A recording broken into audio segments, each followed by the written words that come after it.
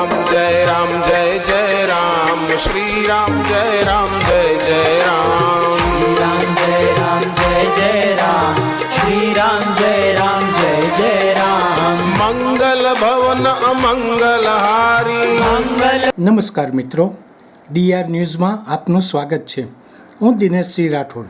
આજે આપણે જોઈશું શિશુગૃહ અમદાવાદની બાળકી રીમીને મળી માતા પિતાની છત્રછાયા. શ્રી રામ જય રામ જય જય રામ શ્રી રામ જય રામ જય જય રામ. અમદાવાદ જિલ્લા બાળ સંરક્ષણ મંડળ સંચાલિત શિશુગૃહ અમદાવાદની અનાથ બાળકી રીમીને રાજ્ય બાળ અધિકારી સંરક્ષણ આયોગના અધ્યક્ષ શ્રીમતી ધર્મિષ્ઠાબેન ગજ્જરના હસ્તે ઔરંગાબાદના દંપતીને દત્તક અપાઈ હતી. આ પ્રસંગે આયોગના અધ્યક્ષે બાળકીના ઉજ્જવળ ભવિષ્ય માટે ખૂબ ખૂબ શુભકામનાઓ પાઠવી હતી. અમદાવાદના પાલડી ખાતે આવેલ શિશુગૃહમાં તારીખ 3 એપ્રિલ 2024ના રોજ ત્યજાયેલ હાલતમાં મળેલી એક બાળકીને પ્રવેશ આપવામાં આવ્યો હતો.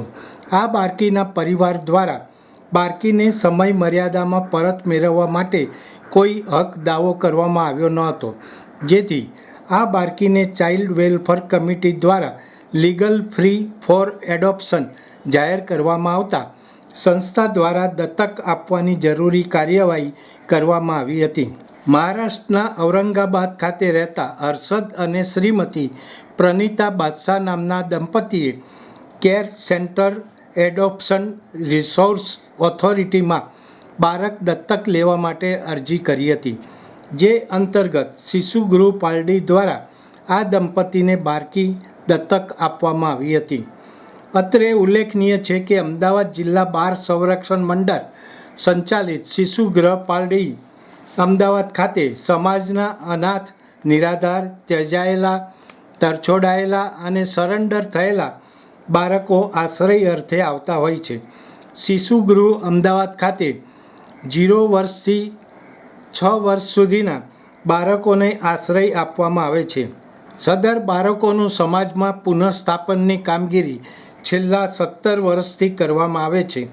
અત્યાર સુધીમાં સંસ્થામાં 0થી 6 વર્ષના કુલ 557 બાળકો આવેલા છે, જેમાંથી 277 જેટલા બાળકોનું એડોપ્શન થયું છે, જે પૈકી 22 બાળકોને વિદેશમાં અને બાકીના બાળકોને ભારતમાં દત્તક આપવામાં આવ્યા છે. દર વર્ષે આ સંસ્થામાં આશરે 35થી 40 બાળકો આશ્રય અર્થે આવતા હોય છે. દર્શક મિત્રો, આવા વધુ સમાચારો માટે જોતા રહો ડીઆર ન્યૂઝ. નમસ્કાર. શ્રી રામ જય રામ જય જય રામ શ્રી રામ જય રામ જય જય રામ.